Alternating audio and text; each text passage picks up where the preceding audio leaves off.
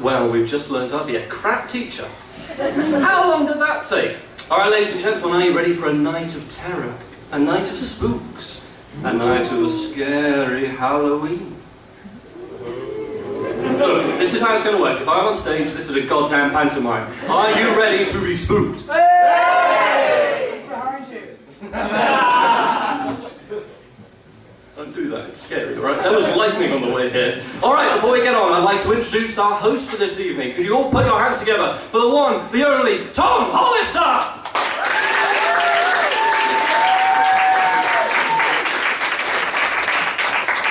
That was nice. I'm glad I did that. Well, like I said, this is apparently the county comedy spooktacular because someone thought that'd be a good idea.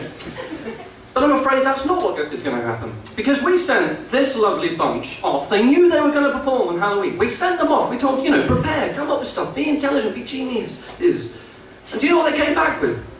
Jokes. Stories. Anecdotes. Not sad or scary anecdotes. And apparently Facebook. So who here is going out after this, out on a... I can see a few costumes. I'm going to pick on a few people. I'm quite happy they turned up. Are we going out after this by any chance? A little bit? A little bit? Who else is in costume? Is anyone? No. Is that... Oh, no, sorry. That's just me. I see a witch. I see a man with no face. I see it right. Can you just stand up for me? Me too. Oh, you can stand up. You're just funny. He terrifies me.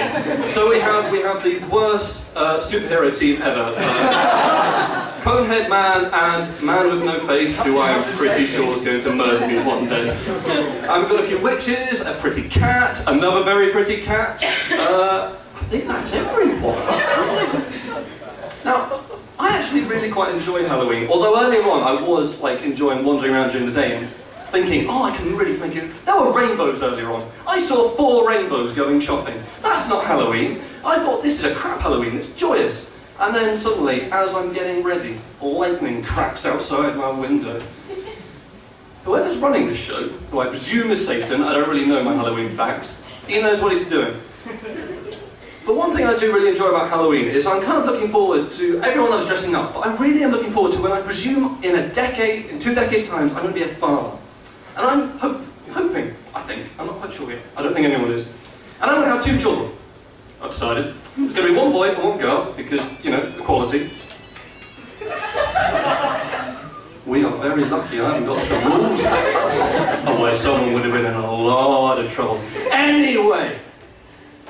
No, in fact, let's do the rules now, just for that. There are 2 rules this evening, ladies and gentlemen. One is if that happens again, I will be answering your phone, whether it's a call or a text, and I will be replying in the best way I think, which probably won't be funny, but it will be for everyone else. Secondly, do not heckle our lovely, lovely people. Like, they can take it, but come on, you're here to enjoy them. If you want to heckle, and please don't heckle, I will heckle me. I warn you, I'm a sensitive soul, but you know, I am your target. It's painted right here. You can do whatever you want. I can take it. I can take all of you. Those are the only 2 rules, ladies and gentlemen. Oh no, you can't. Oh yes, I damn well can. Come on, what did I say about pantomime? Oh no, you... Wait, you go first. Oh no, you can't. Oh yes, I can. Oh no, you can't. Rubbish. Alright, one more time, then I'll shut up. Oh no, you can't. Oh yes, I can. Oh no, you can't. Anyway, I've got 2 children. 1 boy, 1 girl. And what age do you start realising what you can start coming up with your own costumes? Like 5, 6? I'm gonna really enjoy it because it's like, yes, you can go out. Like obviously I have to take them. I'm not that bad a father, but I'm really worried that they're gonna disappoint me. I'm just like, my son's going to come down the stairs, he's going to be 5, 6, 7 years old, and it's going to be, right, this is your first big Halloween. You've thought all night, you've been really excited. What are you going to be? I want to be a pirate. That is the single most boring creation you could have come up with. Pirate! And I am immediately disappointed. All it takes is a tiny bit more creativity and they could come up with something genius. Pirate, boring. Somali pirate. And then, so I send him up to his room, banished till he comes up with something better. The little girl comes down. Oh, what do you want to be? A princess. I'm going to kill your mother because it's not my fault you're like this.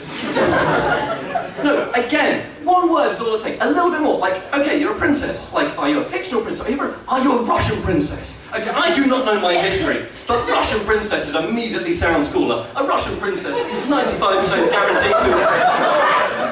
Sorry. That's got I played.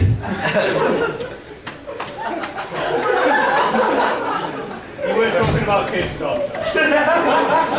I know I was. Did I just summon him accidentally?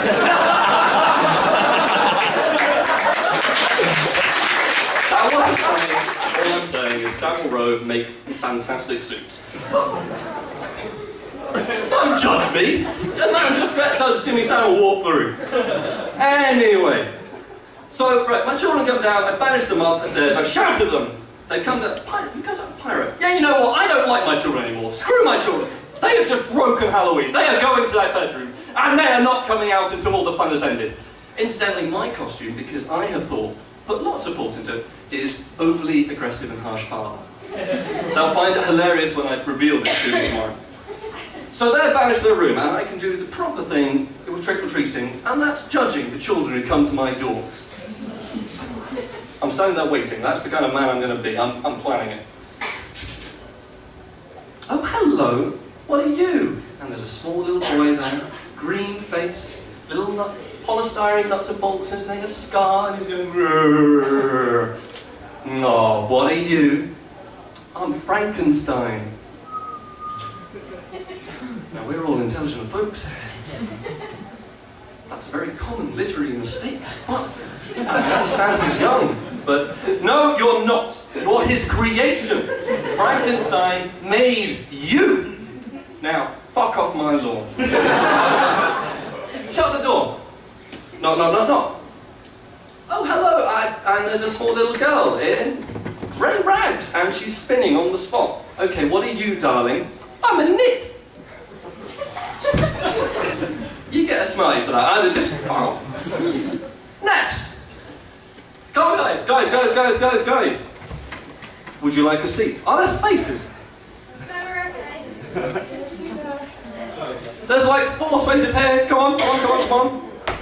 The longer you take, the more embarrassed you'll get. Where? That's it.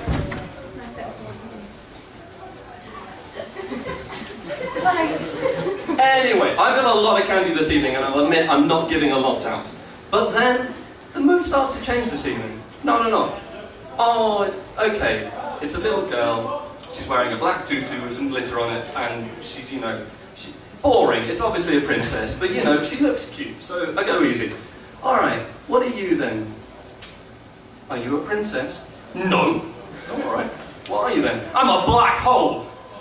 I'm going to devour everything in the galaxy and then the universe slowly until there's nothing but an empty, lifeless vacuum devoid of everything. This is what I wanted! You get a Kit Kat. Well done. If anyone else can top that, I'm not giving them chocolate. I'm going to give them a hug and a cheque for £100. But then I think the evening was going to start getting weirder. I realise this is fictional, but apparently this is happening. No. Oh, who are you? Death. Oh, okay, yeah, that's interesting. No, not death. The fear of death. You know that twinge in your leg? Yes. How did you know about that? Could be something worse. Remember that headache I had last week? Yeah? Did you get it checked out? No. Probably should have done. Take the sweets and just go. Oh, hello, who are you? I'm sexual anxieties. Right! And it's just going to get to the point. I open the door and there's something. I'm not sure if it's a cat's tail or a pipe cleaner, but I don't want to even ask. Just take the candy! Lock the doors. And that was all fictional, but I'm genuinely now worried for my future. Do people not think this? Did people not just sit on the bus and have this sort of thing happen to them? No, just me? Well, apparently there's a fairy for that too. Absolute insanity. All right, well, that's enough from me. Shall we get our very first stand-up on? That was pretty good. I'm going to hear it one more time, just for his sake. One more time. Do we want our first stand-up? Just to tell you a little bit about this man. He has an amazing first name. I don't mean just amazing, I mean one of the best first names you can get. Ladies and gentlemen, please put your hands together and give a fantastic round of applause for Tom Clements!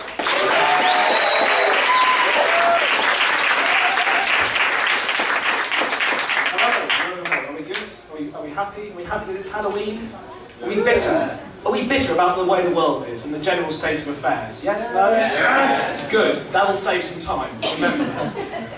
I thought I'd show you something about my hometown. You know, it's a good way to get to know you. Unfortunately, I'm from Northampton. No one knows where it is. For example, sorry, what's your name? Hello, Lizzie. Where's Northampton? Go on, guess. In Northampton. You're cheating. Well, I think I know how you know it, because you have obviously read the pamphlet I prepared for this evening. It's called Northampton in a Nutshell. It's the third nut-related pamphlet I've produced. The first one was Nuts, A Brief History, followed by Nuts, How Much Do We Really Know? And I've got another one in the pipeline. It's a cookery book, and it's called What Are These Little Brown Things, and How Do I Put Them Into My Mouth? The title's a work in progress. They're all available at the bar afterwards for about 20 quid each. If you've been enjoying them, they take me about 2 years to write. But anyway, since you haven't read it, Northampton, what do you need to know? I'll give you the breakdown. Okay, there's a clown. He's called the Northampton Clown.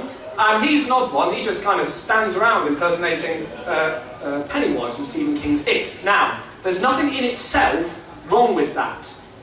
But the problem comes when you realise that this is the guy bringing people into Northampton. He's all we've got. One American couple travelled all the way to our fair town just to meet him. He's not the fucking mayor. He's not running the place. What would that be like? Listen, Mr. Mayor, we have lots of problems. Our tax base is shrinking. We can't, if we carry on like this, the city will be bankrupt. I'm not really qualified to deal with this. Because I'm a clown. And you know, the other problems that come with running a city. Yeah, people aren't paying the council tax. And the bin men are on strike, and everything's terrible. You need to do something. Listen, I can't solve any of those problems because I'm hopelessly unqualified for this job, as I said, because I'm a clown. But if it helped, I could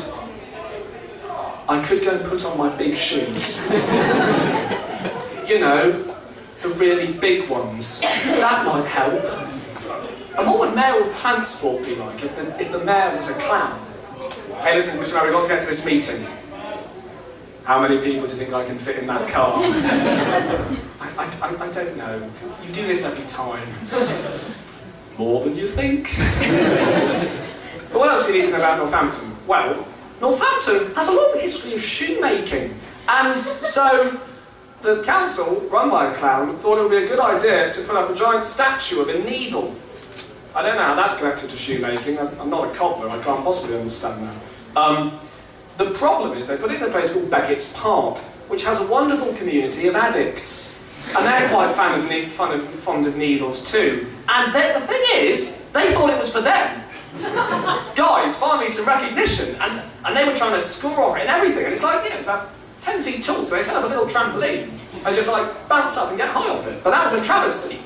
That led to a kebab of addicts. No one wants to see that. For Northamptonians, that's kind of like our 9/11. Not too soon. If I was doing this gig in Northampton, I would have some shoes thrown at me now. I'm telling you that. But I can't really talk about Northampton without talking about a woman who is in many ways the beating heart of our fair town. And that, ladies and gentlemen, is a woman named 50p Lil. Now, 50p Lil is a mythical octogenarian prostitute. Now let's not delve into the etymology of her name. You know why she's called 50p Lil. I know. We don't need to talk about that. Some people say she doesn't exist. I haven't decided yet. But still, Northampton is pervaded by a fear of Lil. What's that behind the bins? What's that in the cupboard? Did you shut the cooker? Where's my cat? Oh, there it is. A curtain of fear is drenched over all of Northampton. I shouldn't have used the word drenched. I'm sorry. Oh, that's terrible. Sorry. I need to apologise. But Northampton is covered by a curtain of fear of Lil. So that is Northampton, ladies and gents. A town riddled with addicts, pervaded by a mythical prostitute, and all this wonderful spectacle is run by a clown. A lot of things annoy me, Northampton included, but I moan so much about things that one day someone said to me, "Oh, Tom, you're such a miserable bastard. All you ever do is whine and moan and whine and moan, and you never do anything about it. You're the worst possible person that there is."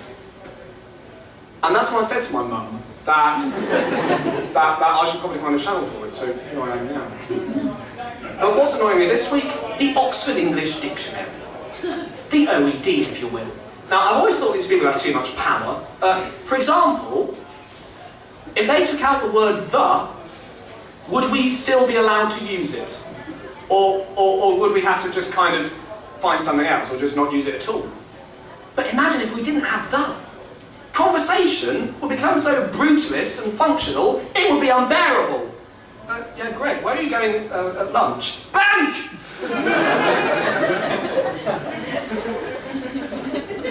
Sylvia, where's our son? On the roof! And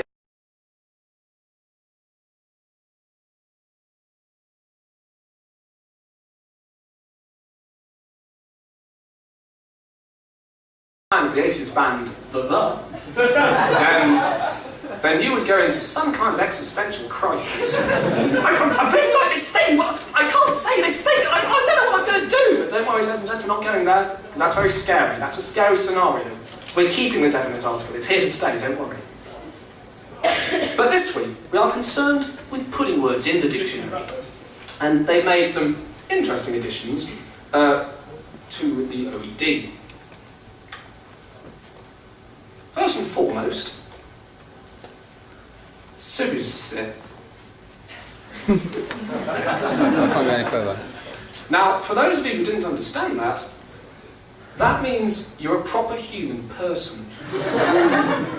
Because what they've actually added is SRSLY. That's not another word. That's just an abbreviation of seriously. They misspelt it. They've mis-fucking-spelt it. If the dictionary also had to include all the misspellings of a word, how long would it take to look something up? If I want to look up anti-disestablishmentarianism, and I need to look up 300 fucking misspellings of it, how am I going to have time to do anything else? They've also added TLDR. Sorry. TL, semicolon, DR. Too long, didn't read. How appropriate for people who didn't want to do a lot of reading. Now, I think they're taking a bit of a misstep in putting this in the dictionary, because basically, if you don't want to read, then you're not trying to. They're basically trying to sell words, not to the illiterate, but to the anti-literate. That's always going to be a dead end. They're actively discouraging reading. Do they even own the Oxford English Dictionary? Do they know what it is? Is it in their frame of reference? It's like trying to sell atheism to the Pope. Yeah, listen, Francis, I know you've got this whole Catholicism thing going on. You've got that nice robe, those nice red shoes. But hey, that's all bollocks. So, do you want to come over to the dark side? No offence to any atheists in the room. But, you'd probably just be like, well, no, I've got a good thing going. I've got the hat, I've got the big old palace, I'll get to ride around in a little car. I've got a good thing going, I'll just hang on in there. It's always going to be a dead end. Speaking of dead ends, they've also added space tourism. That isn't a thing yet. That isn't an established practice. There aren't spas on Mars. I can't go for a deeply unsatisfying package holiday on the moon. And the thing is, if they see it in the dictionary, they're not going to speed up. Hey guys, shit, they put it in, we better get a move on. But what's really annoying me, ladies and gents, is that they have changed the meaning of the word literally so that it also means metaphorically. So in the past, when someone was being told that, you know, and I just literally died, some people who were correct would have said that no, you didn't literally die because you're telling me about it. On another note, can you stop telling me about it, please? But now, they'd be right. And you know, I know some people say that language changes, it evolves, and we shouldn't resist that. But then again, if a word is going to mean what it means, as well as the opposite of what it means, then what's the fucking point of anything? If we let that happen, ladies and gents, we are just a few steps away from just being covered in shit, literally, screaming at each other, because language has lost all meaning. And in this crazy new world, we wouldn't know whether we were actually covered in shit or metaphorically covered in shit. But I don't want that to happen. Now, I need an aspirin. You've been a receptive audience. I've been Tom Clements. Thank you very much.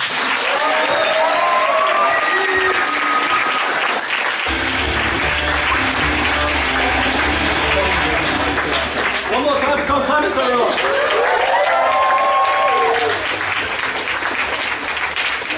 Can I just remind everyone, that started off about a cookbook about nuts. And I have no idea how that... Is there anyone else from Northampton here, by the way? Anyone at all? I've got 2 people. Okay.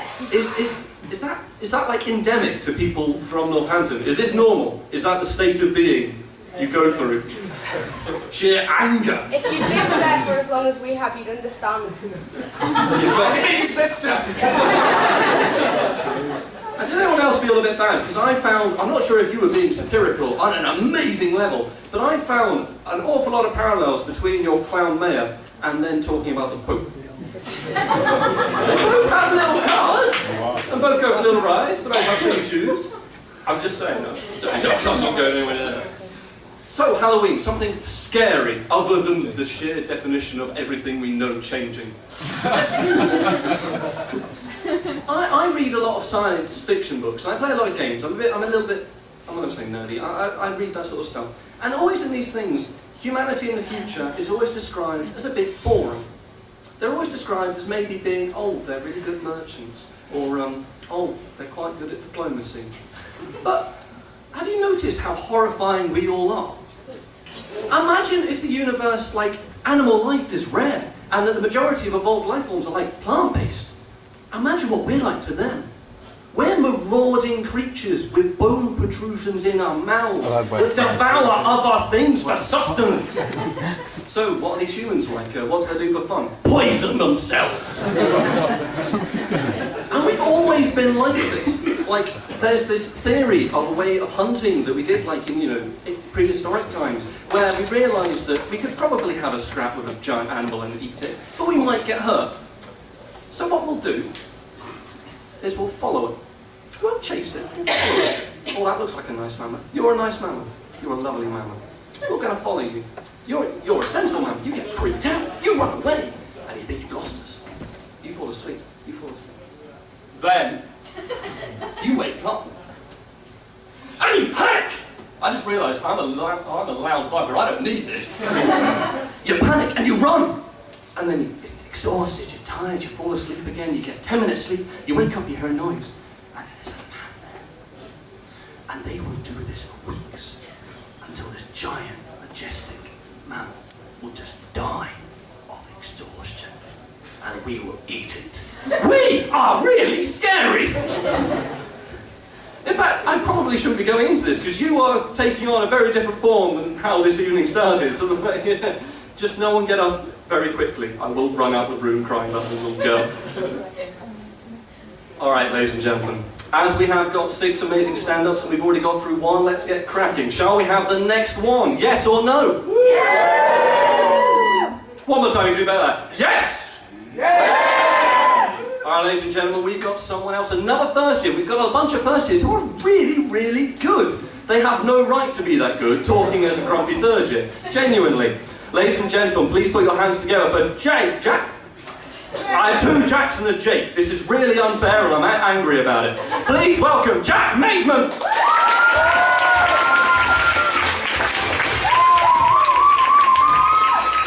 Thank you very much. Anybody drunk yet? Anybody? Yeah! Hey, there we go. Bye. Nice one, Jimmy. Cheers. So yeah, people say I drink too much. People say I should eat less crap. But to be fair to myself, I do get my 5 a day. For example, I drink 3 glasses of orange juice a day. Now, it takes a litre of vodka to get through them, but you know, still 3 glasses of orange juice. I eat a lot of tomatoes in the ketchup form on my chips, pizzas, kebabs and burgers. And I've just switched to a strawberry flavoured heroin. So, you know, let's hear it for a long and healthy life, everybody. Forgotten it now. Shit. So yeah, sorry. It's all part of the act. Yeah, so as you can probably tell, I'm a pretty weird guy, yeah. Always was at high school, sort of like a nerdy oddball. But I always liked it, you know, I always thought it gave me a bit of an edge, a bit of a quirk. Made me a bit more fun with it, a bit more interesting. But you do get those people, don't you? And I've found this out when I've come to university. You do get those weird people who put weirdos like me to shame. I mean, these people are quite weird, aren't they? I mean, you see them at parties, standing in the corner, dressed all in black, drinking absinthe with dead pigeons in their t-shirt. Basically, losing grasp of all reality. And you know, I go to a party and I think, you know, oh great, I get to be a bit fun, a bit weird, a bit interesting. I go up to them, you know, and the conversation goes something like this. Hi, I'm Jack. I had a friend called Jack once, but he died. Oh, really? Wow, that's unfortunate. Yes, it was. He died in a fire on a Wednesday afternoon. Just after countdown. Oh, Jesus Christ. I'm sorry to hear that. It wasn't me! Oh, right, well, you know, that's good, you know. Do you want to see pictures of my grandfather, Derek? Yeah, okay, sure. I'll see pictures of your granddad. This is me and him at Blackpool. Oh, wow, yeah, you look like you're having a, you know, really good time, yeah. This is me and him at Christmas time. Wow, he looks quite drunk, doesn't he? And this is me and him in his coffin. What? Shit, Jesus Christ, this guy. He's burning in hell now! Everybody will burn in hell! Holy shit, I mean, just as I'm about to run for my life, I think someone hits me. Wait a minute, this guy's just out-weirded himself. He's not weird at all, he's a phony! He's a norm, he's a cool person! You watch X Factor, don't you? No, I like it when they're mean to the people. You listen to Avicii, he has dark underlyrics, doesn't he? I'm following you on Instagram! No, burn, dead pigeons, I'm weird! And then once I've exposed him as being actually quite a normal, cool individual, he does what any other normal, cool individual does at parties. Has a great time, pulls and gets laid. Or I'm left in the kitchen, drinking sambuca with the cat. And I'm allergic to cats, so even Mittens abandoned me. Fuck my life. Or FML, sorry Tom. Cat allergies, and I'm also an asthmatic, which means I go to the doctors a lot, and I hate going to the doctors. A lot of people feel the same way. It's not usually the same reasons as mine, though. People say to me, "Oh, Jack, you hate going to the doctors as well? Do you hate the, the sort of the doom that it, portrays? Do you hate the fact that there might be a possibility that you're only going to be told, you've only got 6 months to live?" No, actually, I think I could handle that, you know, the way my life's going. Oh, right, okay. Is it the possibly painful medical procedures that may follow your visit? Well, when you've been on the night out in Salford, you're used to every form of probing that's, you know, out there, so that doesn't bother me either. No, what bothers me is the waiting rooms. The fucking waiting rooms. Basically just miserable, decrepit places where sick people go with other sick people, basically waiting for a doctor to come out and tell you you're fucked. And the magazines are just horrible as well. I mean, I'm not slagging off the magazines, it's only a minor point, but as a person that goes to the doctors a lot, there's only so much Amateur Gardening Weekly from 2003 that I can get through before it starts getting boring. I mean, I don't want to read about daffodils. You got any Top Gear, you know? Take a break, they have crosswords, you know, take my mind off it. Well, the last time I went to the doctors and sat in the waiting room, it turned out to be the highlight of my year. The highlight of my year. I had a very boring year, just so. So basically I sat down, you know, waiting for the doctor, and this 75-year-old man walks in. And he was either deaf or he didn't give a shit, you know how old people are. But, you know, he was talking quite loudly. So he walks in, and he goes to the reception, taps on the window, says, "Excuse me, I'd like to see the doctor, please. I'm booked in 2:30. And the receptionist, you know, sat down there, goes, "Oh, yes, you are, yes. Just so we know for reference, what exactly is your medical condition?" "I've got something wrong with me cock." And then everybody in the waiting room was like, "Cock? He's got something wrong with his cock." And yeah, so everybody was shocked. I mean, I just wanted to burst out laughing. But I didn't want to break the sanctity of the silence of the waiting room. But the receptionist was horrified. She was mortified. She was like, "Vulgarity in a place of healing? No!" She was sat down. She was, you know, really horrified. She was like, "Sir, this is highly inappropriate. You can't talk like that. You can't." And he was, you know, the old man was pretty pissed. I was like, "But you asked what was wrong with me. It's me cock. I've got something wrong with me cock." Pointing to it, you know, pointing as if we didn't know where the affected area was. So the receptionist then says, "Well, if that is your medical condition, then you should lie about it to me and then tell the doctor when you see him. You know, you should say there's something wrong with your ear or something." So the old man, pissed off, you know, walks out of the waiting room and walks back in 5 minutes later. Walk into the reception. "Excuse me, I'd like to see the doctor, please." Receptionist. "Oh, really? Oh, what's wrong with you?" "I've got something wrong with me ear."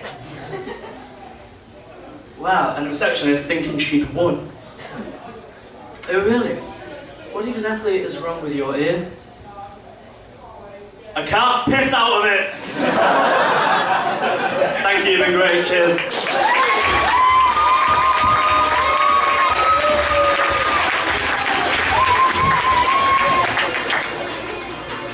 One more time for Mr. Maidment, everyone.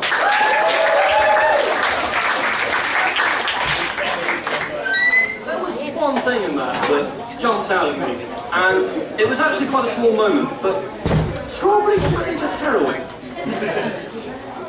That's quite worrying. Like, you know how you get strawberry, for kids you get strawberry flavoured toothpaste because the mint will be unpalatable?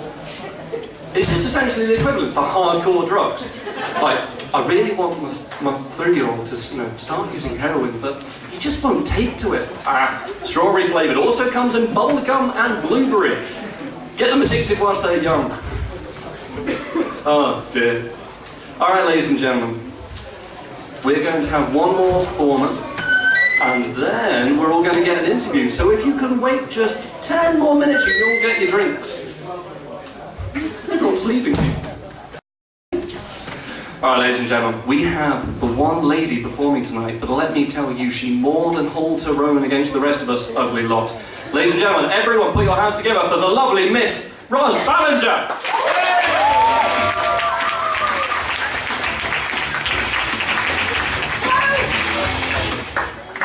Hello! Oh God. That was a good start. Oh, hello, you beautiful beautiful people. You may have noticed that already that I sound a bit different to a lot of you. You know, I have this kind of strange cadence to my voice, and there's a simple explanation for that. I come from this strange underworld place, this kind of underground cavern of which people around here dare not speak. Well, either that or they can't be bothered to. It's a place called the South. Hooray! 3 people, thank you. Oh God, we're outnumbered, they're going to kill us. Yeah, I come from a place called Cheltenham. Yeah, hello! I'm going to interrogate you later, we've probably got some friends in common. Yeah, and if you're looking puzzled, that's fine. I lived there for 18 years, and I'm still not entirely sure where it is. And if you're a fresher, you might have learned this. When you leave your hometown, you learn more about it through not being there. And I've learned a few things about Cheltenham since I've left it. For instance, it's a place of strict divergence. If you live in Cheltenham, or you're from Cheltenham, you are either posh, or you are a farmer. You can probably tell which of those camps I fall in. But this divergence goes through families as well, including my family. The dinner time is often slightly awkward. Me and my brother do sound slightly like the abandoned bastard children of the 2 halves of Downton Abbey. Unfortunately. But I've lived up here for 4 years. I've lived in Lancaster for 4 years now, and I feel like, despite the way I sound, and despite the fact that it's what everyone comments on the first time they meet me, I feel like I'm starting to assimilate into the northern ecosystem. And eventually, hopefully, I'll become an honorary northerner. I don't know if there's like a ceremony for this. I assume it's me standing on the roof of Nicholls being baptised with gravy. See, it's funny, because northerners really like gravy! Yeah. But, I feel like I'm starting to get used to the way things go here. For instance, and this is absolutely true, the pie man at Lancaster Market knows me by name and knows my order before I even get there. I am in with the pie man! I've got a contact in the market underground. The other thing is endearments, which is a big northern thing. And this is something I've kind of got used to over time. I use them all the time now. You're right, love, how you doing, darling, etc. Which is something I never really did when I lived at home. If someone from Cheltenham is upset, generally nearly just sort of pat them on the head at arm's length and it's alright, fellow human being.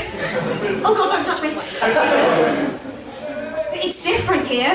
First time I went to a corner shop in Lancaster, that'd be that'd be £3.50, love. What, you love me? You've only just met me. I don't understand, what signals was I giving off? Was that a sultry way I put the biscuits on the counter? I don't understand it. Why are you messing with my emotions like this? You don't love me, you just don't care! Does this mean we're engaged now? but I've gotten used to it, and using endearments. But even with the endearments, I still have this problem. It's not necessarily related to the north. And the problem is, Lancaster, I cannot flirt. Does anybody else have this problem? Yeah! General mumblings of yes, which relieves me because that means I'm in an audience of social incompetence, which means you are my people. I know that because I did this set in Preston a few weeks ago, and I asked that question. A whole sea of UClan students wasted off their faces going, no! And my first thought was, oh God, they know what they're doing. Shit. But no, I can't. Some people can do it. Some people can just come, wander into County Bar, talk to somebody, go home with them. I don't know if County Bar is still a pick-up point. I haven't lived here for a while. But I can't do it. I have two, again with the divergences, I have 2 levels. Homeopathic flirting so subtle that it's missed. And that goes both ways as well. It was not until I was walking home that I realised he didn't just want to talk about Pokemon. It's a good way to start though. And full-on verbal assault, that is the other level. There is no middle ground, it's killing me. And I wish there was a more obvious way of getting the point across. Like if I maybe had these big signs that I could hold up in front of somebody that have what I want to say on them. Oh my God, what's this? Here is something I made earlier. So I'm in County Bar of an evening. I meet a cute boy I want to do some flirting. I employ my new system, and this is how it goes.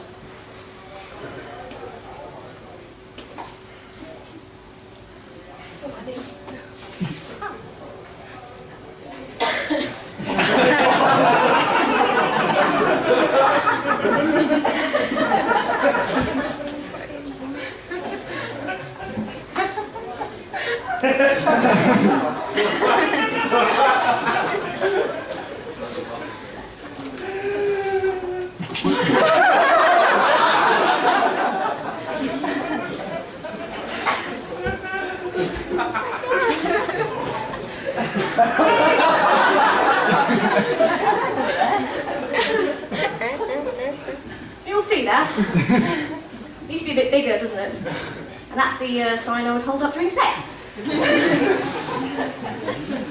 Somebody over there has an amazing laugh. Yes, less flirting, it's more romantic aggression. So, you know, even after that, even after the flirting, what the hell do you do next? You know, what do you do about all the catastrophe, all the disasters, all the general idiocy and just pain and embarrassment? I'm talking about sex, obviously. I'm sure many of you in here are familiar with the game I Have Never. Oh dear. Yeah? Yes, there's a sort of fear in some of your eyes. Flashbacks to I Have Never. No, and I've never, yeah, you say something, somebody says something never done, if you've done it, you drink. And again, with the divergences, this game has two levels. You are either wasted off your face giggling, or you are sitting there stone cold sober listening to endless stories about people fucking in phone boxes. Although it is the 21st century, so they should probably be used for something.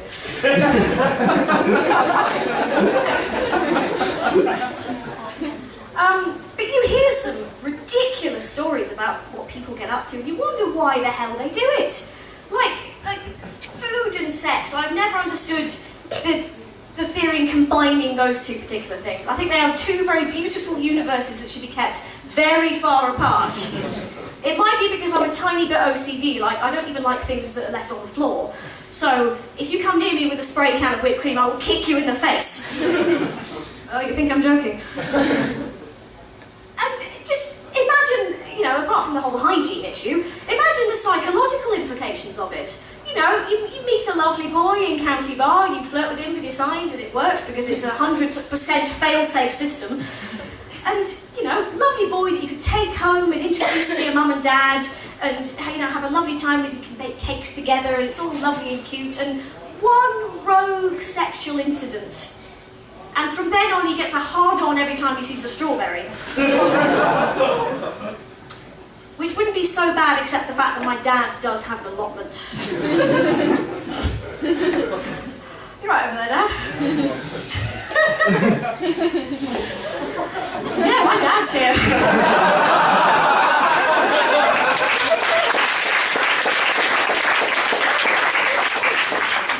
Oh, Christmas dinner's going to be awkward, isn't it? Oh dear. Ladies and gentlemen, now that I've finished denigrating the family name in more ways than one, I've been Ros Ballinger, you have been wonderful, I'm going to go and curl up in a corner now. Thank you very much.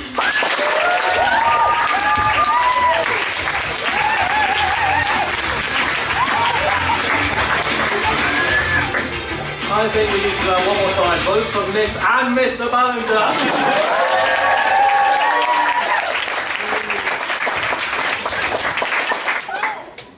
But seriously, you guys keep quiet. Can I borrow those signs? No, not now, not now. So, does anyone here want to own up if they fall into one of Ros's two camps? Is anyone here a homeopathic flirter? Hands up, we can be silent.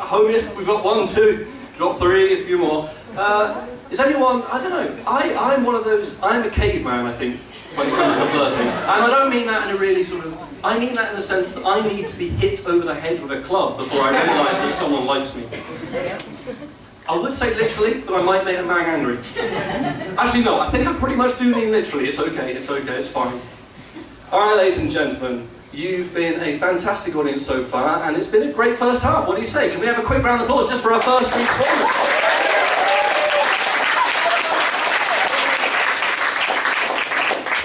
I'm going to be a nice overlord and master and let you all have a short break to grab drinks, do whatever you want, have a chat. But I do have a task for you. May I have my phone? Right, I'm going to regret this hugely, but hopefully you lot will get a lot of fun out of this. That is my phone number. Now the last person who did this got another SIM to switch out so it wouldn't be his real number. I'm not that clever. That's genuinely my number for my phone that's over there. And during the break I want you to text me. I want you to text me anything. It can be a question, it can be a statement, it can be hopefully not too aggressive, but it can be anything you like. And then after the interval I'll read it out and I'll probably get awfully embarrassed and have to reveal some terrible truths about myself. But before then, please everyone, go to the bar, get drinks and enjoy yourselves, and everyone come back in 10 minutes. Thank you very much. Is everyone comfy? Everyone got a drink? Woo! I know the rest of you as well. Alright?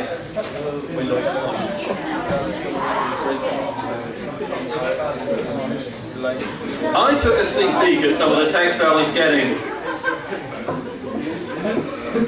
I would like you all just to prepare yourselves gently for what everyone else in the room is like. And I'm quite grateful for the one that I literally got just now, because that doesn't set the tone.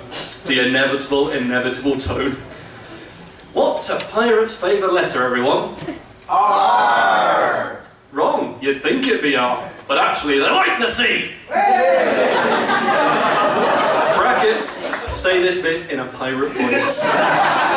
Just in case I was that crap. Next. Oh dear, someone's a fresher. Actually, what I am about to say now is not a text. This is something I believe full-heartedly. Pendle is the best college, and I'd just like to reiterate, you can't spell county without cunt. Mind blown with the levels of intellect that went into that. Come on! I don't even know what college I'm in. Oh no, yeah, Carmel, that's what I forgot. I'll drop off the goods at the usual place. Midnight. No excuses. Alright, okay. I don't know, I'm just going to get a bit touchy here. I understand the face. A little bit handsome, but mostly weird. And yes, I have looked like I might have dabbled in the odd drug. Can you imagine me on drugs? This is me normal. I've just realised that might not mean drugs at all, and I'm just getting very self-defensive. Someone else. You can't tell me what to do, you are not my father. You don't know how old I am, and your mother was great. Oh, okay. How awesome is the cameraman? I wonder who that was. I suppose we should give the man some appreciation, because he's begging for it. Well done, Samuel. Hey. Now shut up and do your job. How awesome also is the sound person? Don't feed them, that's what they want.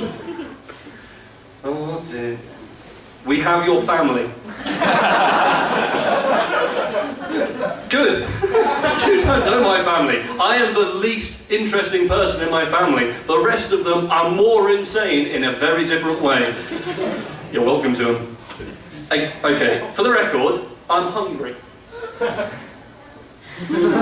Has anyone got a sandwich? Got a Kit Kat? Something? I'm not sure what you want us to do about this.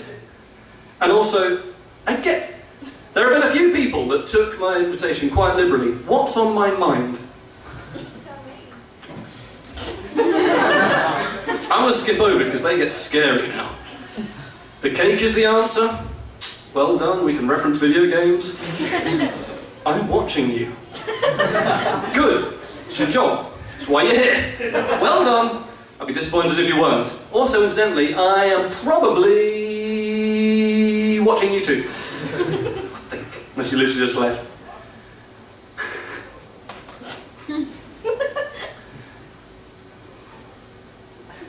Oh, dear me.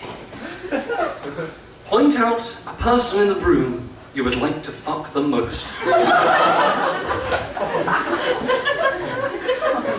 I presume that I'm not going to get someone to own up to this, but just in case I do, would someone like to own up to this? Hang on, there's more. All from the same person. Please let it be me. You're so hot. I'm a desperate whore. My name is Matt, which I'm pretty sure it obviously isn't. I'm in the passenger number to your left.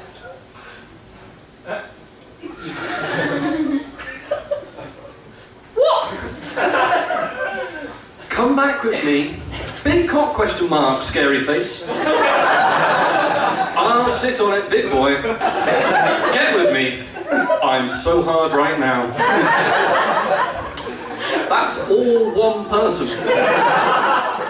And you're not going to own up to it, so you can't get any of these things. Point out a person in the room you most like to fuck. Well, apparently you want it to be you. I will choose you if you put your hand up. Did I just hear someone? Oh, wait, what?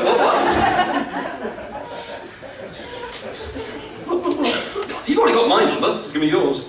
Alright, last one before we'll crack on. They do get worse. Tom! Question mark. We're coming. Alright, this is Halloween. Is this just in the same vein as the ridiculously aggressive sexual, or is this we're coming to get you later on tonight? I'm a scary clown. I don't know which I'm more worried about. Oh. And last one, oh dear God. I apologise profusely. And immediately after this, we're going to go back to things that are funny, which is them lot. Hypothetically, again, I apologise. If my period smelt of bacon, would you still eat me out like a bacon patty? XO, XO, XO, XO, XO. Now, I'm really grateful for one thing about me, because I don't have a clever answer for that. But what I do have is the fact I'm a motherfucking vegetarian. That's my answer! Whew, got out of that one. Alright, ladies and gentlemen, there's sadly, lots more where that came from, but I'm going to save them. Let's go back to the jokes and the funny stuff. Alright, ladies and gentlemen, are you ready for the next performer? The first performer of the second half. No, come on. Alright, I want this to be sustained. I am only going to let Jake, who happens to be next, onto the stage and take my place when I think you lot are sufficiently ready and willing and wanting him. Alright, ready? In fact, I'm going to pick on someone. Have you got someone in fancy dress again? They've all left. Oh, they've all left. No, wait, cat! The most attractive cat in the room, could you please stand up? I like how you knew it was you. Take a quick little bow, and quick round of applause for him, ladies and gentlemen. Alright, I want you to start off going wild. I want everyone to join in and make him feel welcome. Everyone to go mental. And when I think you're sufficiently mental enough, I'm going to let the lovely Jake Harding onto the stage. Are we ready? Woo! Thank you, men in the corner. You stay right there, my son. 3, 2, 1, go!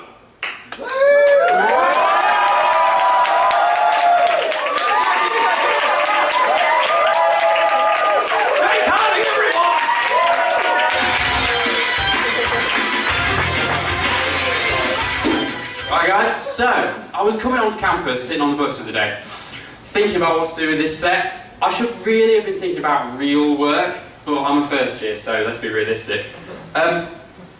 When it comes to work, my analogy has always been, you know how buses, right, stop at bus stations, and trains stop at train stations? Well, my desk has a workstation. I'm sure most first years will know what I mean. By way of applause, have we got any first years in tonight? Quite a few. Life's hard as a first year, isn't it? I don't have time to do work with my tight schedule. Fitting in, sleeping, drinking, going out 8 nights a week, pre-drinking, more sleeping, pre-drinking. Basically, you need to be bloody good at time management to be a first year. Well, fair's fair. Who isn't a first year in tonight? You're all just sitting there thinking, fucking freshers. You have no idea of the meaning of work. Here I am, drowning in assignments, while you're all drowning in alcohol. I remember those days. Enjoy it while it lasts, because it won't. So I was sitting on the bus, okay, looking around, everybody around me buried in their iPhones, okay? Literally, and metaphorically, no one is talking to each other anymore. Two girls in front of me, right? Sitting right next to each other. I'm going to say that again, but slower. Sitting right next to each other. And how are they communicating? Via text. Because that's normal. And the thing is, it has become the norm. And this annoyed me. And I realised that this communication device in my hand has turned the normally mild-mannered British commuting public into nothing more than rude, antisocial bastards. Sorry about this. Hello. Bit busy right now. Now I'm just telling some guys about how iPhones have turned us all into antisocial bastards. No, they're not even paying. Yeah, I'm a bit busy. Coming back later. Sorry, it's my friend, recently unemployed, trying to help him get a job. You know, he used to be a farmer. He was outstanding in his field. Although we did over milk it. A bit like this joke really, but hell, I'm just going to run with it, it's all I've got. I personally used to work in a deli before I came to uni. You know, cutting a long sausage short. I backed into a meat grinder, got a bit behind in my work. Whichever way you slice it doesn't cut the mustard. But yeah, rude, antisocial bastards. And you know, I'm just as bad as every other guy, okay? This guy was sitting on the bus next to me, tried desperately to engage me in a conversation, and I was just like, no, don't talk to me. I haven't slept for #cheekywink 8 days. I am surviving solely off of a diet of isotonic drinks, monster munches, and potato smiley faces. I am a first year. Nothing you have to say is more important to me than me finishing this level on Angry Birds. And I realised at that point that I have a bit of a problem.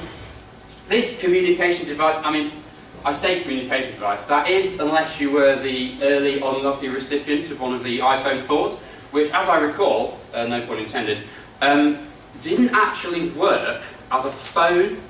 If you held it to your ear, like any normal human being would hold a phone to your ear, i.e. clearly not a member of the Apple design department, it would turn itself off. So here was a phone that didn't function as a phone. And my theory as to why they released all of those free iPhone 4 cases was not because it improved the working of the phone. No, it was so when you got so pissed off with the phone not working as a phone that when you lobbed it in anger into the audience, which I'm not going to do, sorry about that, it would survive. It's him again, sorry about this one. Hello. H-E-L-L-O to you too. No, do not become a cheerleader. Imagine the initials to Cardiff University netball team. You have to think about that one. Just try cooking up with another plan. Chefing, for instance. Add a bit of spice to your life. Personally, I don't have the time. Coffee shop, I get a bit bored of the daily grind. Fruit juice factory, well, you'd have to concentrate.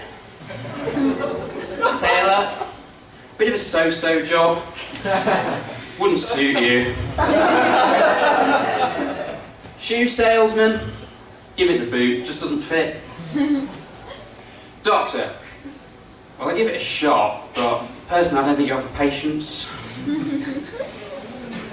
Musician, not particularly noteworthy. Historian, not much future in that. Electrician, shocking. Optician, can't see it myself. Sorry, it's making a bit of a spectacle now, isn't it? To be honest, I only won the iPhone because, yes, I am the sad one who shot the bird down the side of the screen in the advert. It's not that I don't like them or anything, it's just sometimes I misunderstand some of the things, okay? For example, I'm the sort of person who would press the home button on my iPhone and wonder why the fuck I'm still at uni. And my parents had to physically stop me once from pouring juice over my iPhone at the table. I mean, easy mistake to make. Why can't you charge an iPhone with apple juice? I got so paranoid as well of taking my iPhone into the toilet. You know, I was really scared of exposing my IP address.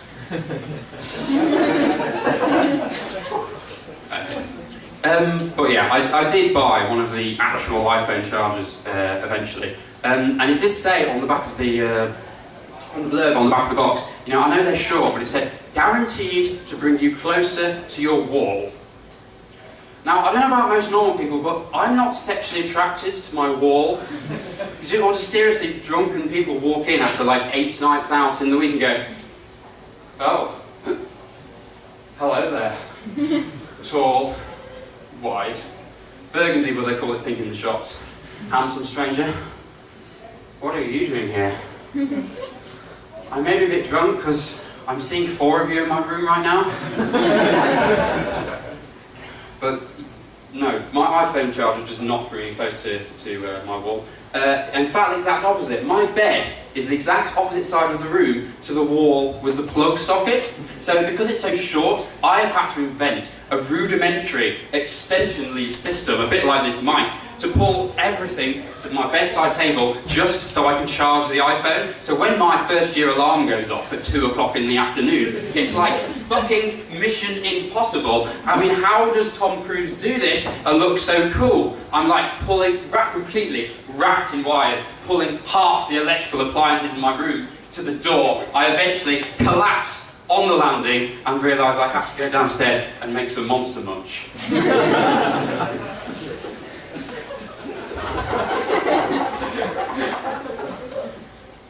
Right, and at school, you know, 10-year-olds now flaunting iPhones. I just want to say to these kids, you know, look son, when I was at school, I was pretty chuffed with a shiny new set of stationery. And just think of the poor children in Africa who are far less fortunate than ourselves and have nothing better than the iPhone 3GS. I did visit the Apple store once, if only to get my iPhone 4 fixed. Worst place to pass wind in the world.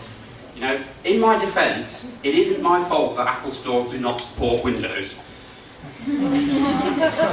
I had to wait until I got back into the empty elevator on the way out, which is just wrong on so many levels. My phone's not working.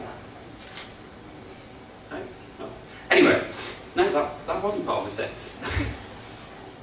So, just go back to iPhones now. How they have like completely fulfilled the function of almost everything now. I mean, I don't own a watch anymore because it's just far more cooler to just go, oh yes, like that. I can verify that the time is exactly the same as when I last checked my iPhone 5 seconds ago. But the other reason I don't wear a watch is I had a really bad experience with when I went on work experience with a police officer. Basically, this guy just pissing up a wall. I shouted to him to stop. He just turned round, pissed all the way down my arm, all on my wrist. I just thought, not on my watch. And I've never worn one since.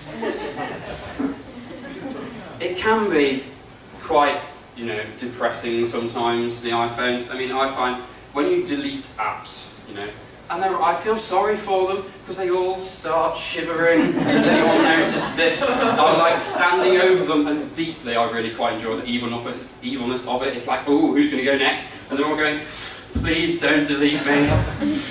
How will you know the weather in Aberystwyth if you haven't got the app for that?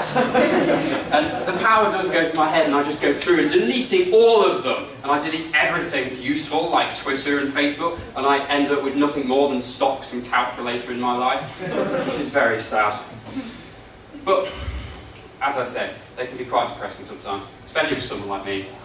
On the bus, coming back to campus, at night, on my own, flicking through an album of other people's selfies who are at least pretending to be happier than me. And I realise, fuck, my screen is brighter than my future.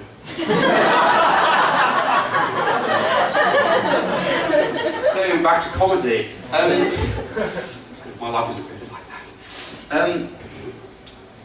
Steve Jobs, when he, passed away, after everyone at Apple had finished crying their little eyes out, oh,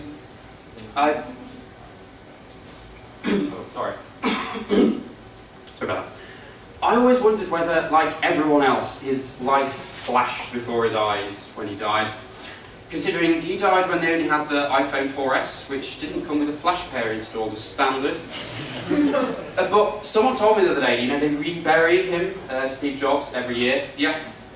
In an only marginally better coffin, but it now comes in a variety of garish colour options, and with a bigger number on the front and more letters after the name. Reminder of something. And finally, ending on a serious note, I think it's really sad over the last couple of decades we've lost so many great, inspirational people who've given so much, culturally to our society. Steve Jobs, Johnny Cash, Bob Hope. Of course, after the recession, we now have no jobs, no cash, and no hope. And you know what I mean? I pray to God that Kevin Bacon doesn't die before I finish uni. Thank you very much. Happy Halloween. For the rest of the night.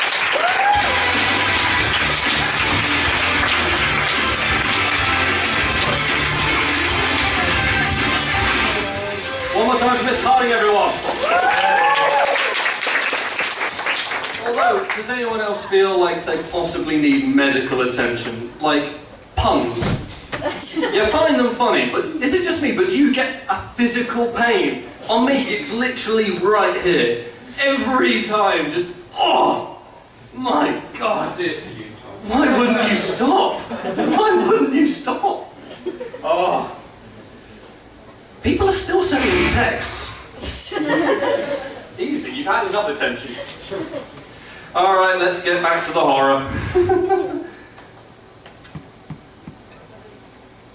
For the record, this was the very first text. I'm now jumping. I was going backwards, so the most recent one first. Now I'm going to just leap forward and meet in the middle. So this is the very first text I got, which I got literally when when my number came up, before I even sat down, and almost instantly, I'm going to follow you home.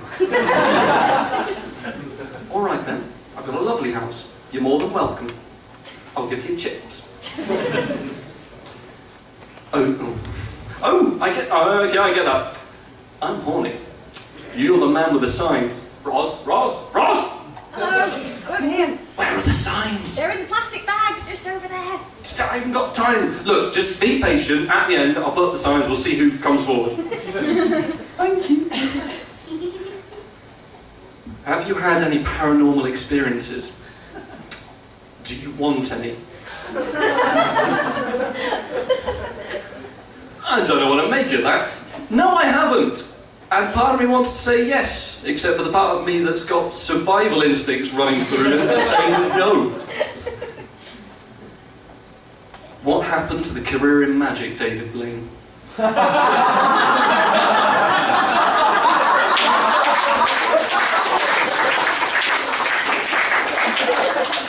I don't know if it's someone who knows me who sent that text, or if I'm going to get very much more bitter. Like, over the past 3 years of being in this university, people who I have met, independent of one another, who do not know each other, within the third sentence of us talking will go, you'd probably be really good at magic. All right, I've got a beard.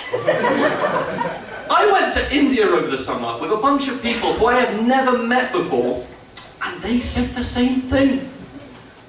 I have no magic tricks. I can't. This is the worst thing to say to me. You look like you're good at magic. Well, I can't do a fucking thing. Sorry. Do I look that much like a magician? Can I get a yay or nay? Yay! Hate you all. I'm still watching you because you're actually quite funny. Backhanded compliments are. Got along. But thank you.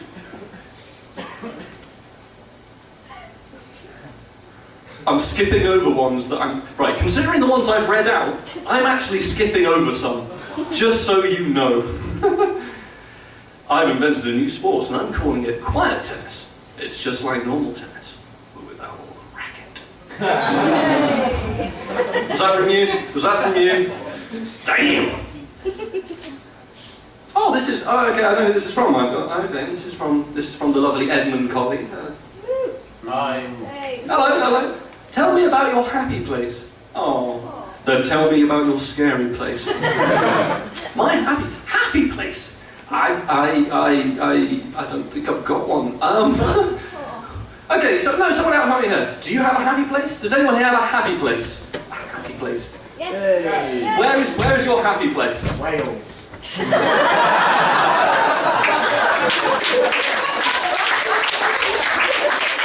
Incidentally, that's my scary place. Does anyone else have a good happy place? Yes. Happy place? Williamson Park. It's lovely. It's not funny, but it's true. I was going to say, that's quite adorable. I hope you're very happy there. Anyone else got a happy place? One more happy place. Northampton. Oh, dear. If I were to ask you where your scary place is, would it also be Northampton? Yes. It's I thought- Southampton. I genuinely can't think of a happy place. Like, I'd like to think... Oh, shut up. My scary place, honestly, is right here, right now. No, but seriously, you're all really intimidating.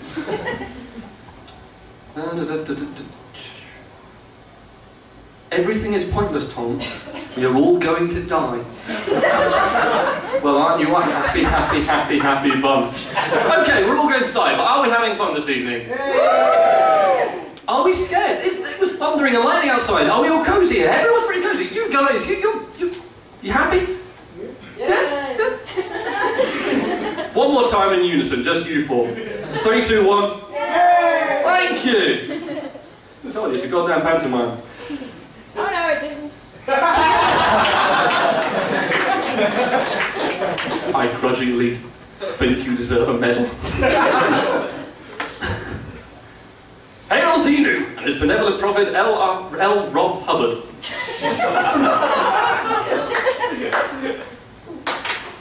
I'm ignoring that. Hey, this is deaf texting. Sorry, fear of deaf texting. Used up all my minutes this month.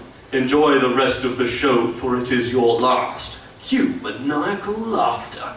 Two people, half of you apparently want to sleep with me, I presume jokingly. The other half want me dead.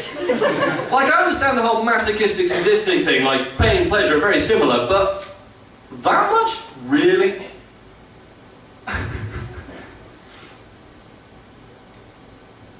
Don't you think that the fact that it's always a woman that sells seashells and it's always at the seashore is sexist and discriminates other places for seashell selling business?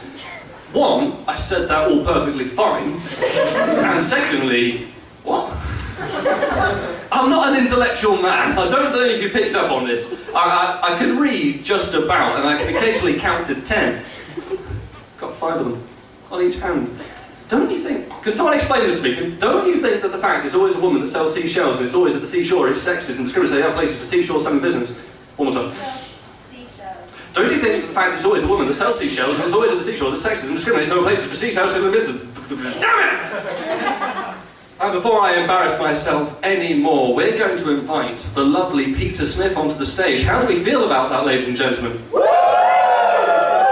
I'm going to have to pick on someone new. I picked on someone over here. So, Jesus Christ, I am that loud. I don't need this thing. Can I have someone in the corner? Stand up, otherwise I'll point at you angrily. Someone.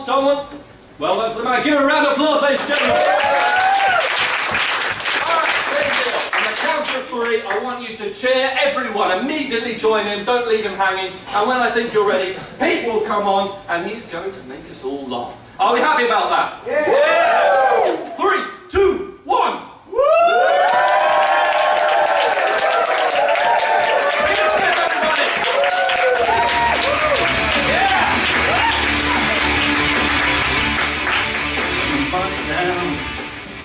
Hi. That wasn't a call and response, but thank you. So I was watching a film about palindromes the other day, and I had to turn it off exactly halfway through. So if anyone could tell me how it ends, that would be great. There's no such thing as a free lunch. Was, in retrospect, a poor way to run my soup kitchen. Please call me T. Mr. T was my father. I hear a lot of things through the grapevine. It's mostly just people whining. Got you now.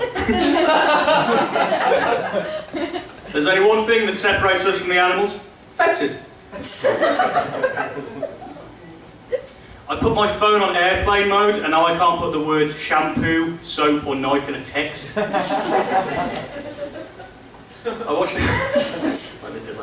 watched a film about hemorrhoids the other day. It was terrifying. I was on the edge of my seat. Make you hurt when you sit down. My favourite blacksmith? Definitely Will.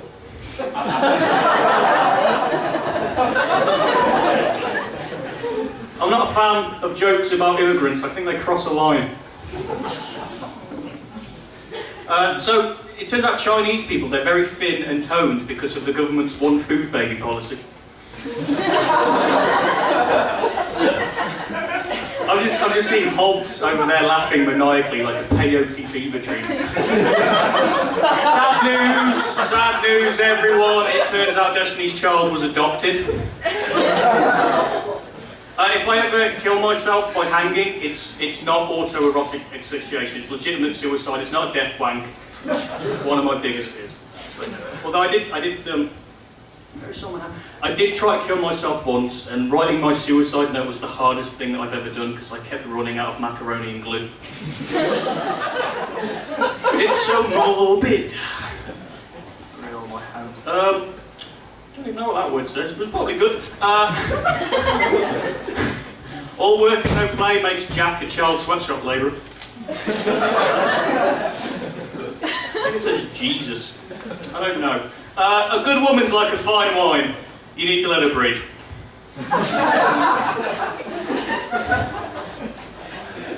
An eye for an eye is two Scotsmen agreeing. See, it doesn't have to be all dark. It's happy. That's how they say yes. The older Jesus gets, the better his blood tastes. We all love a bit of wine. What's black and white and red all over? A race war!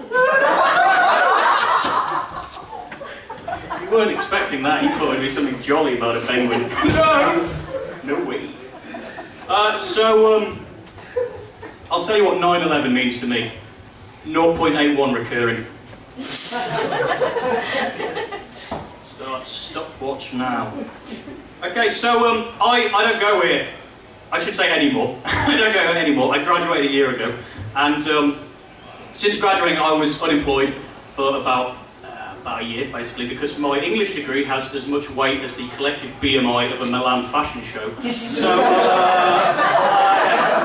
if you want good eyes, don't eat food. So, basically, I had to go to that wonderful fortress of rational and mirth that was the job centre. Woo, job centre! And I say this with as much validity as I can muster, that I would rather shove a tube full of spiders at my urethra than go back there. It's a woeful, woeful, miserable place. You will leave crushed and with as much enthusiasm as a man about to get a prostate exam from Edward Scissorhands. Run, Edward, run! So yeah, because you've got scissors for hands. So yeah, basically during my time at the job centre, they said, what skills do you have, what degree do you have? I said, I've got an English degree. And they heard, I've got hands and a furs! And they muster this enthusiasm, this upbeat optimism when they say you've got to, this is all true, you've got to search for 20 jobs a week and you've got to be willing to travel 90 minutes to work and 90 minutes back. And they have so much enthusiasm and optimism that doesn't belong there. It's like putting tinsel around Auschwitz. Work will set you free. Green and red, because it's Christmas. Yeah, but the worst bit about being unemployed, segueing from the Auschwitz joke, was that because all my friends were working, and my large social group, they all had jobs, I didn't have a girlfriend, still don't, got a face like a marshland, I would spend a lot of time in my house, which would mean I was witness to the glorious presence of the rag and bone man. Now there's some Americans here, you don't have a rag and bone man. I will explain what the rag and bone man is. The rag and bone man is a relic of a long forgotten time. He's a gypsy, let's not sugarcoat it. He drives a van and he collects scrap iron or bits and parts that people don't need, or he steals things they leave outside like a forest. And basically, he has a horn which sounds like this. It sounds like a fucking bugle call from the Neverworld. I live in a cul-de-sac and he plays that 8-9 times. Once is enough, not 8 times. I know you might be being considerate for the roadies from Iron Maiden who live down the road, or the shell-shocked veterans of the Somme who want to get rid of a fridge. I'm pretty sure our Rasa, the silent shouter, has a broken Dyson that you would like to take off him. So that's a H.P. Lovecraft reference, because it's Halloween. So basically, do we need rag and bone men, is my point. In a world of polio and ration stamps, perhaps we might. But we live in a society where I can buy a wife online and tell somebody on the other side of the world I'm currently having a crap. Oh, sorry, Pablo, I forgot about the time difference. I didn't know you were asleep. I'll tell you in the morning. My hand. I wrote the start and end of each set, a bit on my arm. I've got rag and bone, line, poo. Okay, so I have a job now. It's not that funny. I have a job now. I'm an English mentor at my old high school, which is it's like the Diet Coke of teachers, basically. I sort of help around in the English department, and I wear a waistcoat because I'm professional. And it's made me realise that the most interesting and the most nice kids, the kids with the best character, are the weird kids. They're the ones who are a bit out of the ordinary, they're a bit different, and they're lovely, and it's inspired me that if anyone ever deems me a suitable seed offering and wants kids with me, because romance isn't dead, I will endeavour to give my children great character and, you know, just a really good personality. And I won't do that through rigorous enthusiasm or, you know, a very unconventional environment, not even by keeping a loaded gun somewhere in the house. What I'll do is, I will mess with them. I will wind my kids up. I will make it my life's goal to just torment them. The Irish will write Gaelic verse of the Jacobean and Machiavellian schemes I will play on them. First things first, no birthdays, none. On the centenary of their anniversary and their arrival into this glorious world, we will celebrate Vaginal Expulsion Day! Woo! Media gets rid of the Super Sweet 16s. Secondly, I will, every so often, drop them off to school, and as I drive off, yell, "Avenge me!" Then disappear for 3 to 4 days, and then come back and see how they did. Thirdly, I will refer to one of them, with no reason given, as the offering. Oh, these are my kids. This is Brandon and this is Gwen, the offering. I'll tell them the best way to deal with a bully is to play music when he's trying to insult you. I'll tell them, hey, meta. I'll tell them the best way to deal with a bully is to stand up to them, and when he's distracted, blindside them with a rock in a sock. I'll tell one of them that after a certain age, the only place you can go to the toilet is on a construction site. He'll find out eventually, but if he tries to go anywhere else, like Hamlet's dad, my rules will appear like a phantom, and his bowels will shut like a mine shaft. It's so horrible. Last thing, no Christmas decorations at all. I don't want to be that sort of fan. Well, we will. But we will celebrate anti-Christmas. For example, on the roof we will have a charred sleigh covered in napalm burns. Sack of toys with a tongue of smoke and flame bellowing into the night. There'll be a grave outside that says Tiny Tim. And there'll be a conveyor of reindeer, a mysterious building, and then glue sticks coming out the other side.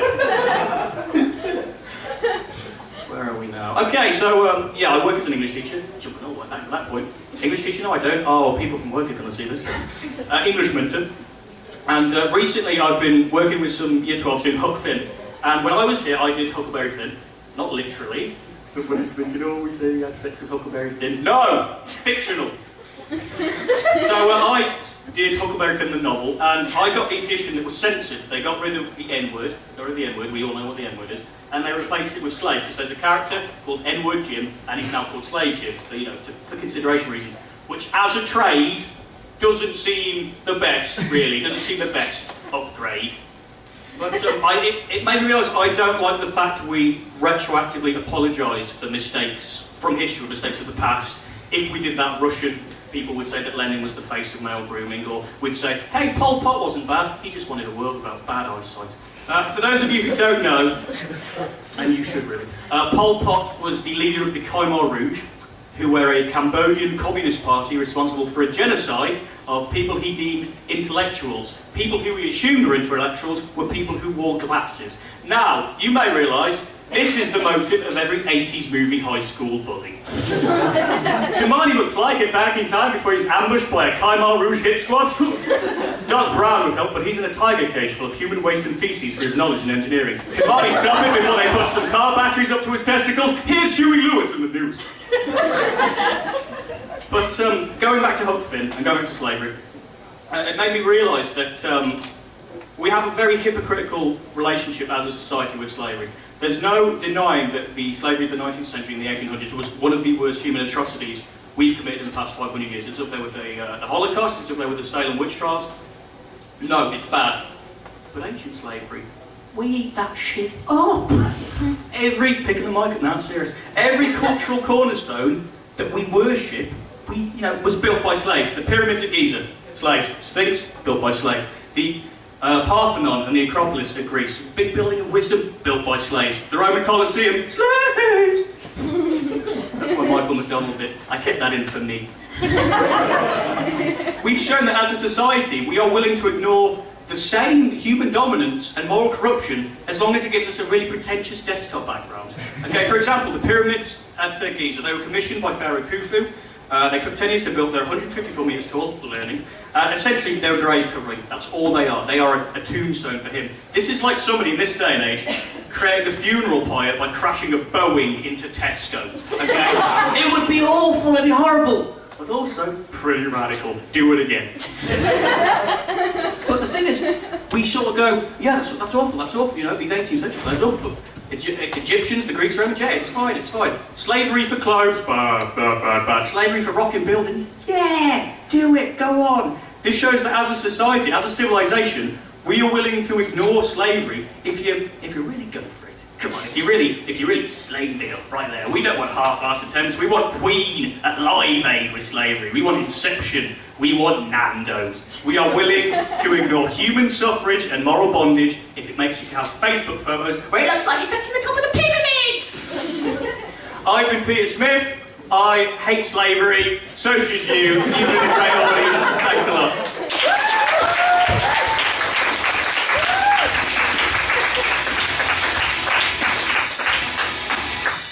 One more time for Peter Smith, everyone.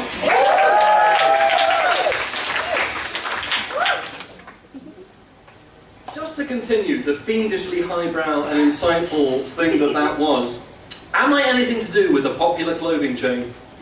Hollister. Because my name's Tom Hollister. If I was as lovely as you lot are, do you think I'd be here? Also, am I a ghost? Now I'm going to link this in with about 10 that I ignored, asking if I was a vampire from Twilight or from Interview with a Vampire. I would like to think, I don't look that much like a vampire or a ghost. Yes, I know who the ghost one was from. Look, the only time anyone has ever said that I look like a vampire is an incredibly drunk girl who I'm pretty sure was simply seeing someone who looks like Edward Cullen's possibly third cousin. That's as vampiric as I honestly get. I will prove it. Too spooky for anyone? Is there anyone here legitimately suddenly seduced or terrified by me? Both! And that's what I aim for. Now, I saved the most interesting one till last. And I want to pick on a few guys and sort of have a bit of discussion, because this was genuinely not terrifying and not sexual, but actually quite interesting. If I could die, okay, a little bit miserable, and haunt anyone in time, who would it be and why? Now I'm going to see, does anyone know, if they could haunt anyone in time, who would they choose? Here's Morgan. Okay, and why? Because I don't like him and I just want to mess with him. Has anyone got a better reason than sheer evil? I'm afraid I did get another text suggesting that I picked on a certain man in the front row with long blonde hair. Now, bing. Who would you pick on? Who would you most like to haunt throughout the entirety of history? And why? You. Alright then, and why?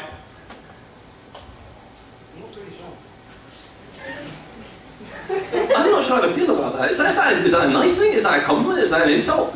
What would you do haunting me? Would you just follow me around, or would you would you be a bit of a poltergeist? Would you piss me off? I don't think I can say what I do in public. Ladies and gentlemen, it is time for our final act of the evening all of a sudden, and I can't think why. Have we had a good time so far? That's good. But it's also good because it's going to get better. Because I think we have saved a certain person for last, but most definitely not least. We have saved a man called Jack Nicholls to be our big finale. Does he look ready? He can stand up. I think he looks ready. Okay, I'm going to need someone from the audience. We've had someone from there, we've had someone from there. Who's been craving attention? Stand up. Stand up.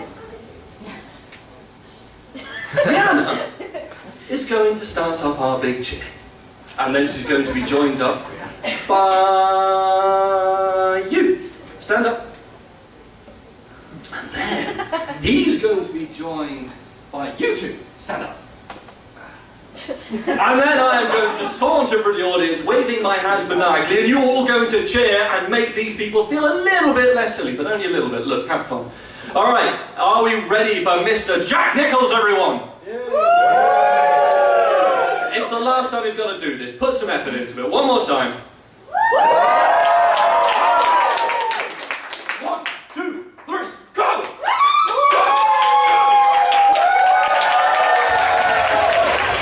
Mr. Jack Nicholls, everyone!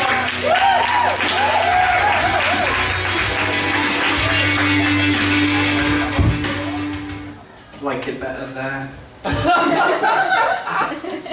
I used to work in a hospital, right? A hospital, yeah? I worked in a hospital. Hospitals are funny, aren't they? I thought that'd really help my comedy career, working in a hospital. They're just funny. They're not. But, no, I worked in one, and I thought it'd be amazing, right? Because all of the doctors and the nurses, so many different people, right? They're surely going to have loads of different things that they find really funny. There's going to be so many different people they've met and places they've seen. It's going to be amazing. They're all going to find different things funny. No, actually, there's one thing that they all find funny. It's the same thing, and that is someone coming into accident and emergency with thing up an arse. That's it. It's just a thing up an arse. That's the whole joke. That's what you're getting, a thing up an arse. And you say, oh, so what have you seen? You know, what people have you met? What places have you been? And they say, look,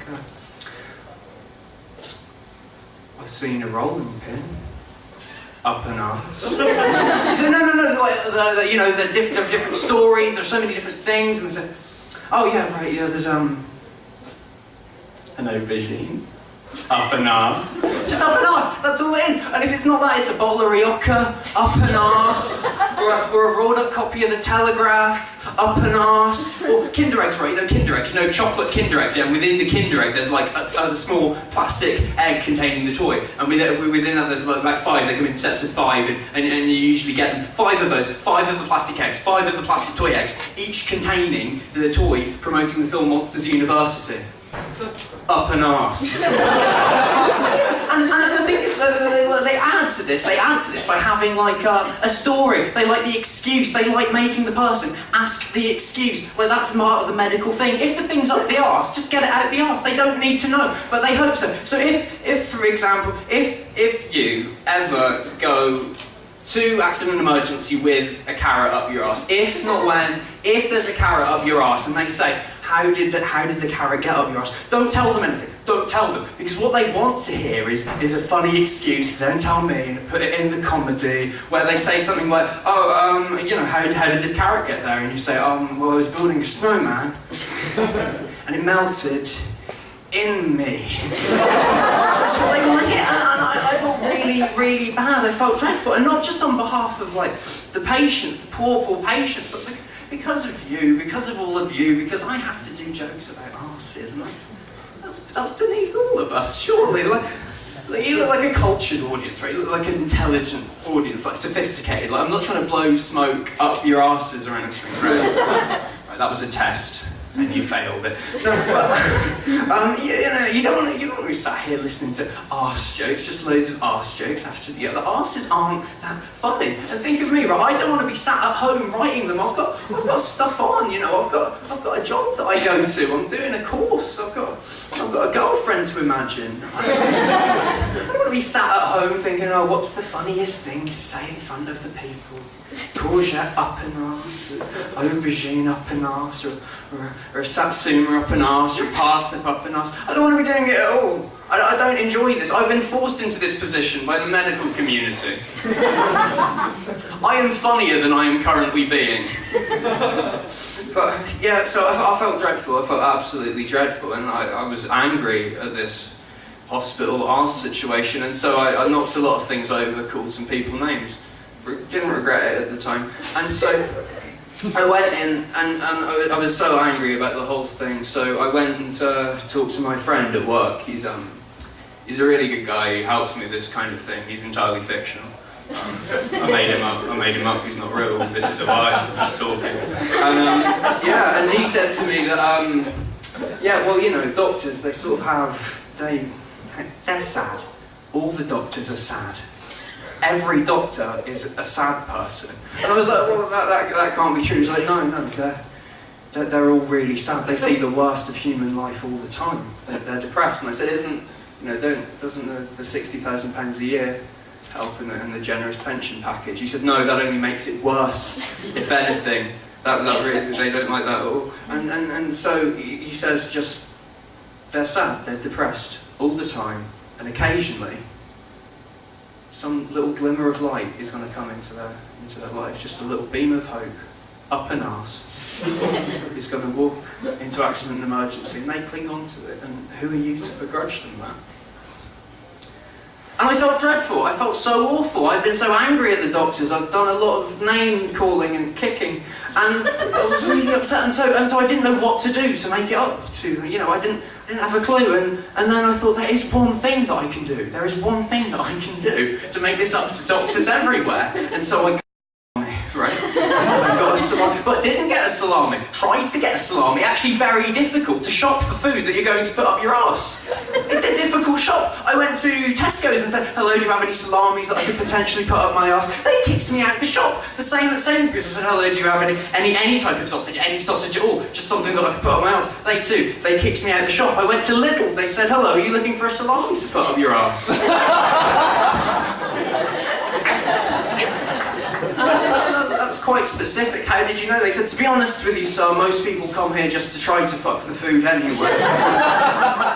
and so the shop assistant, the shop assistant took me to the cooked meat aisle, and there we both were, looking for the funniest Italian sausage for me to have sex with so I could cheer up a doctor. And so I was looking and I found it. I found the salami, right, and it was beautiful, and it worked, and I got it, and I was like, this is the one. This is really going to cheer up doctors everywhere, sad doctors. And the shop assistant was very, he was like, sir, we like a joke here at Lidl. But this is too far, sir. The diameter of this sausage, sir, is far too much. This is going to cause you tremendous injury on the way in. I said, no, this is going to be funny. They're going to like that. They're going to appreciate that more. And he said, but sir, it's covered in black pepper and paprika and chili flakes. And not only are these quite spicy, sir, it'll be a spicy entry, so not only will it be a spicy entry, but also it'll be quite sharp and like razor blades almost, like razor blades, like spicy blades, sir, like a large diameter of spicy blades. I said, no, they'll prefer that. That's what they'll enjoy. And he said, but sir, this is the nicest salami we've ever had at Lidl. This is the tastiest cooked meat we've ever sold. You could eat it. You could technically eat this and probably be alright. Surely so it would be a waste to put this anywhere but your waiting mouth. And I said, it would be a waste to put this anywhere where it would not cheer up a doctor. And so I did it, ladies and gentlemen, I did it, put the salami up my arse, and I didn't stride, I waddled, it was hard. I walked to an accident and emergency, and I went in, and I walked up to the first doctor I saw, and I said, you're gonna love this. This is brilliant. This is for you. I got a salami up my arse. And he said, all right.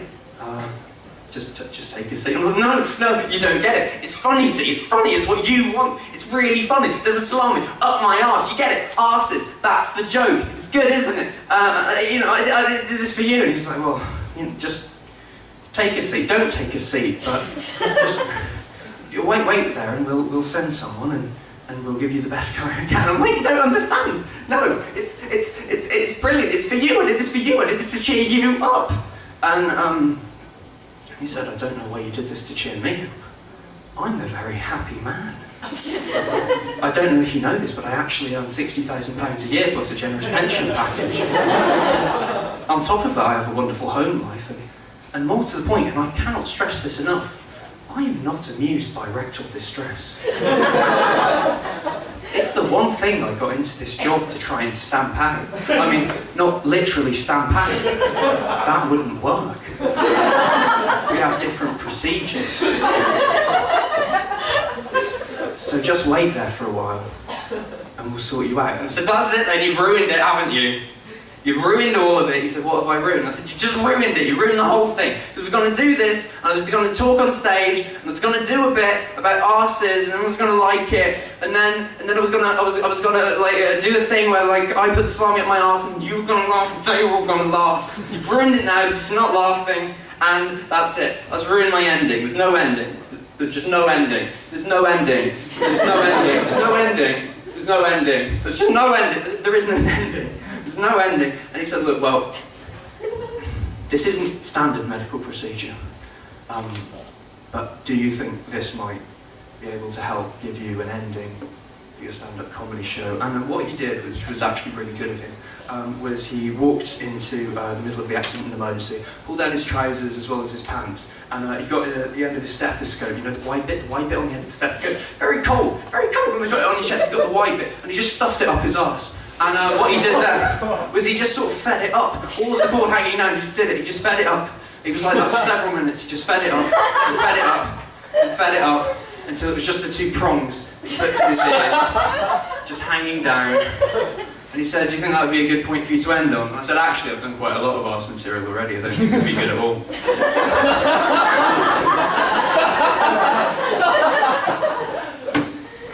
Bye.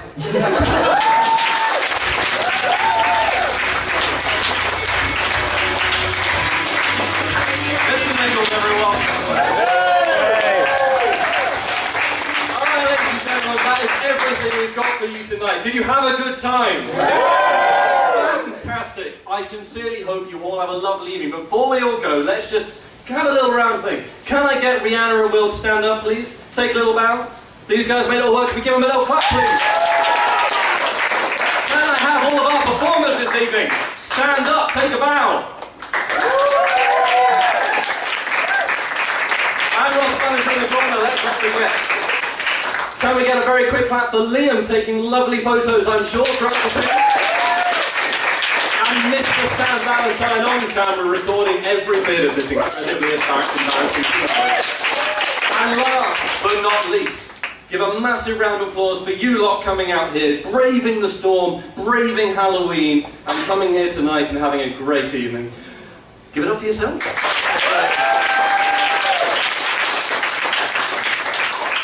Now, if you want to look at us on Facebook or if you want to chat to one of us lovely comedy people, come along to any other meetings or come along next time. We do so much stuff and it's always free and it's always designed to make you laugh. So please, we're not that scary, except for me, I understand. Avoid me, talk to these lovely guys.